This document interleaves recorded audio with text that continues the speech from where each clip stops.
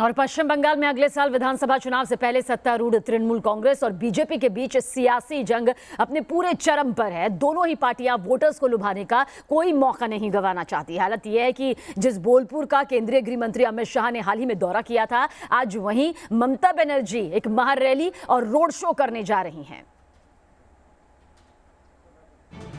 इस बार 200 सीटों से ज्यादा सीटों के साथ भारतीय जनता पार्टी की सरकार बनने जा रही है।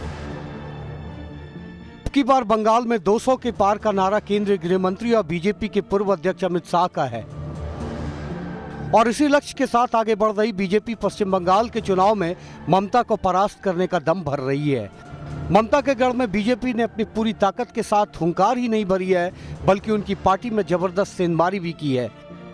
आप कहते थे बीजेपी का खाता नहीं खुलेगा, 18 से ज्यादा सीटें बंगाल की जनता ने दी है। और दीदी कान खोल कर सुन लो, आज लाखों लोगों की हाजिरी में कहने आया हूं मैं, जब विधानसभा के चुनाव का परिणाम आए, परिणाम देख लेना।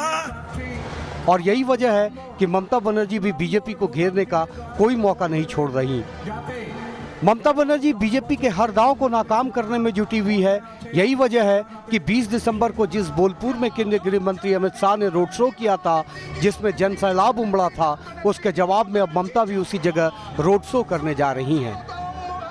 शाह को जवाब देने के लिए ममता इस रोड शो के जरिए अपना शक्ति प्रदर्शन करेंगी। उनके रोड शो को सफल बनाने के लिए तृणमूल कांग्रेस के कार्यकर्ता जी जान से जुटे हुए हैं। उधर राजनीतिक सूत्रों की माने तो केंद्रीय गृह मंत्री अगले महीने एक बार फिर बंगाल के दौरे पर आ रहे हैं।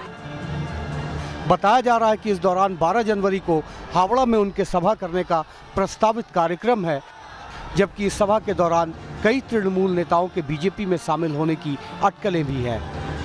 गौर करने की बात है कि पश्चिम बंगाल में अगले साल अप्रैल मई में विधानसभा चुनाव होने हैं। इससे पहले यहाँ सियासी घमासान उफान पर है। इस बार के चुनाव में मुख्य मुकाबला तृणमूल और बीजेपी के बीच ही माना जा रहा है। दोनों पार्टियां वोटर को अपने पाले में करने के लिए हर सियासी टोटके आजमा रही हैं। Team news nation.